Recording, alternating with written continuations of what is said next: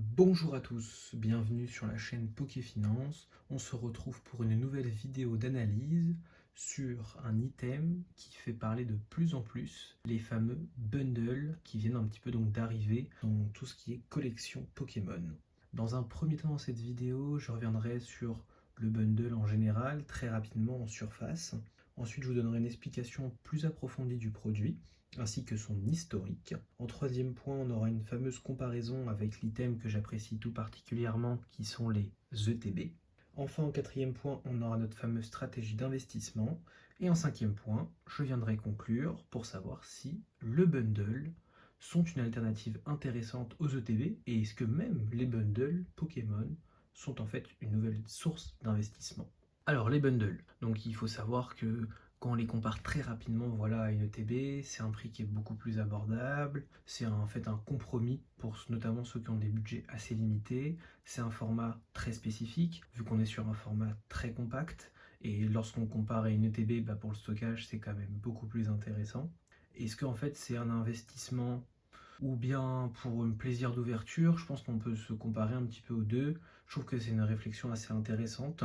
Donc pour vous donner plus de définition sur le bundle et ses caractéristiques, donc on est sur une boîte super compacte qui contient 6 boosters d'une même série. Donc moi je trouve qu'il est assez comparé et même très régulièrement à une mini display parce qu'en fait il propose aussi bien un compromis entre le coffret et une boîte complète de boosters. Et contrairement au coffret aussi classique, il ne contient pas du tout d'accessoires, donc il n'y a pas de sleeve, pas de dés, pas de jetons, ni de cartes promo. Le bundle est en soi intéressant parce que il y a une grosse facilité de stockage comparé aux ETB. En plus, il a aussi un prix bien sûr qui est beaucoup plus abordable, on est entre 35 et 40 euros, alors que l'ETB on tourne entre 55 et 60.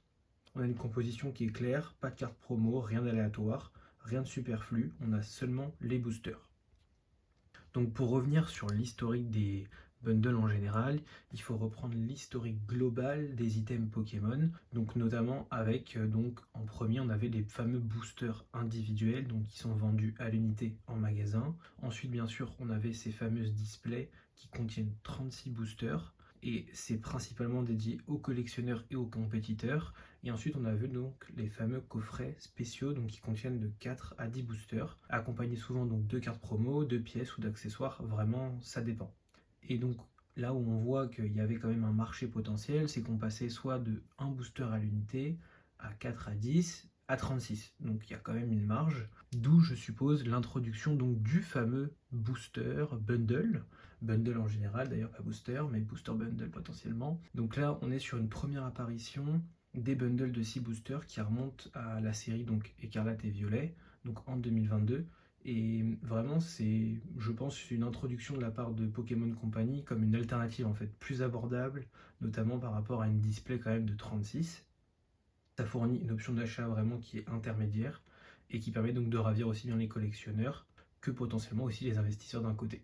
Plus accessible, la facilité aussi, la répartition en cadeaux pour les joueurs qui souhaitent ouvrir aussi un nombre de packs sans trop dépenser. Ça, je pense que ça a été la base pour Pokémon pour l'introduction de ce nouvel item.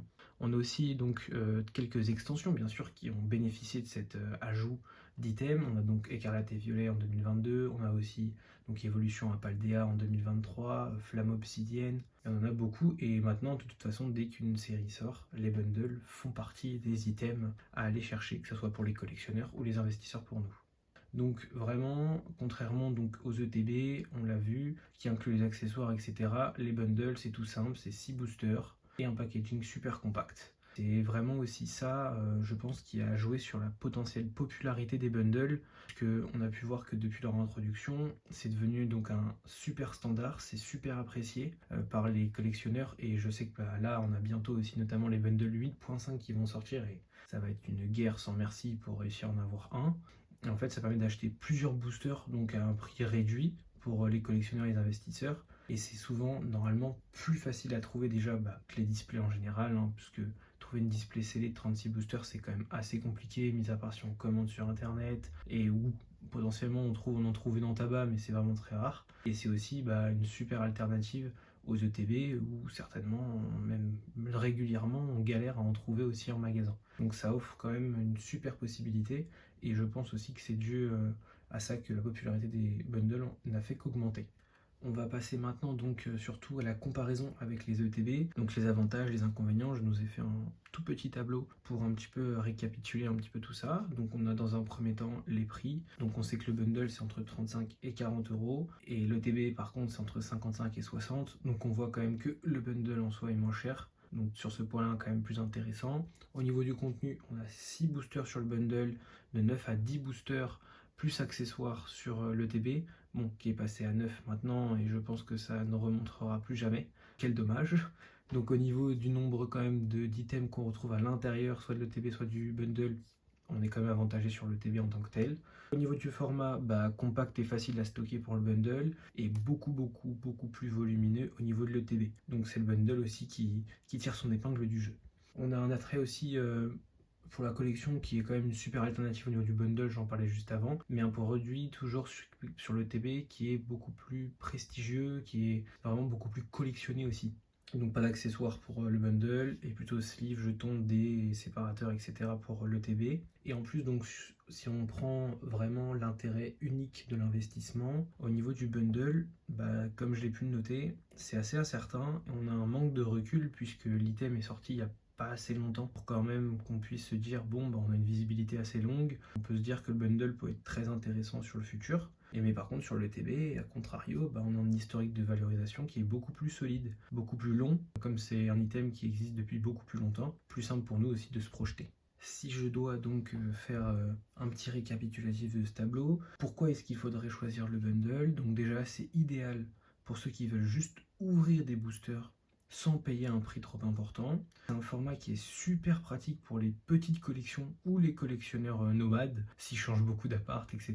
Ou pour les personnes aussi qui ont très peu d'espace chez eux. C'est aussi donc certaines illustrations de bundles qui sont très attractives. Lorsqu'on prend sur la série 151, le bundle est quand même très sympathique. Moi, voilà, j'ai juste ici donc un petit bundle notamment destiné de Paldea. J'ai aussi une display de bundle scellé que je trouve très intéressante. Et ça, je vais revenir par la suite pourquoi je l'ai prise. Donc, pourquoi est-ce qu'on devrait, à contrario, privilégier le TB? Parce qu'on a un produit qui est plus prestigieux.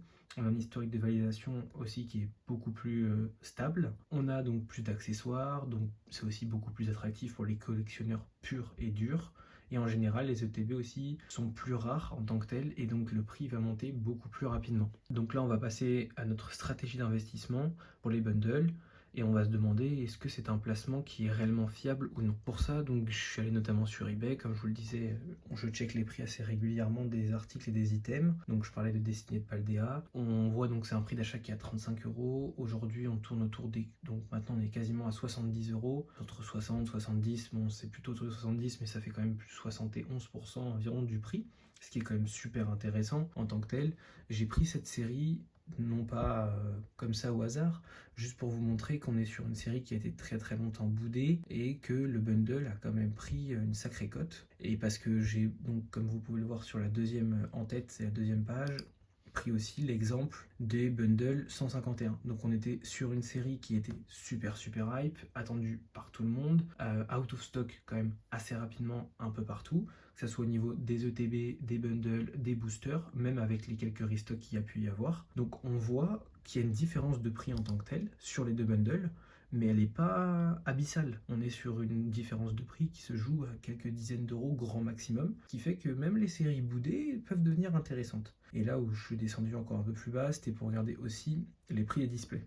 Donc on voit que le prix des displays est super stable, ce qui est quand même de très bon augure. On a 675, 650, 650, voilà, on peut dire qu'on est à 660 en gros de moyenne, qui est quand même très bon. Et donc sur les bundles plutôt 151, on était sur un prix d'achat entre 40, donc 35 et 40, plutôt 40 d'ailleurs, et là on est entre 80 et 90 euros. Mais il y a quand même des fluctuations qui sont quand même plus importantes que sur Destinée de Paldea.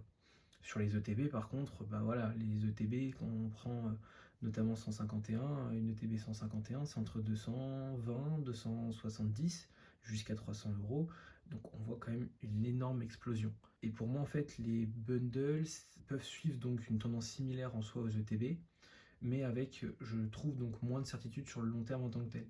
Et seules les séries vraiment populaires, même si on voit que là l'IB me fait un petit peu mentir, ont une meilleure rentabilité. Là, on voit que oui, 151 une meilleure rentabilité, mais c'est pas non plus criant. Et de toute façon, un bundle d'une série plus faible en tant que telle, comme Destiné de Paldea, on l'a vu, oui, il stagne un peu plus longtemps, mais quand même, il monte. C'est ça qui nous intéresse par la suite. Donc pour conclure cette vidéo, si je reprends tous les éléments que j'ai pu développer et que je prends en compte qu'on est un nouvel investisseur Pokémon ou qu'on veut se diversifier d'une manière un peu différente, qu'on cherche un objet qui soit compact, facile donc à stocker, assez abordable et bien sûr donc avec un potentiel de rentabilité assez important comme on a pu le voir notamment sur eBay avec les différents bundles que j'ai pu présenter. Je trouve donc que le bundle en tant que tel est une super alternative aux ETB. C'est vraiment une alternative qui est totalement crédible et il ne faut surtout pas la laisser sur le côté. Donc on va voir, je suppose, certains bundles exploser en fonction des séries bien sûr, mais si on se place correctement, comme c'est un item où on n'a pas encore un recul très important, je pense qu'on pourrait avoir de très belles surprises. N'hésitez pas à me dire en commentaire si vous êtes plutôt team bundle ou team ETB, à vous abonner et bien sûr à liker la vidéo. N'hésitez pas vraiment à commenter, j'aimerais pouvoir échanger au maximum avec vous, même avoir des thématiques de vidéos pour les développer dans le futur.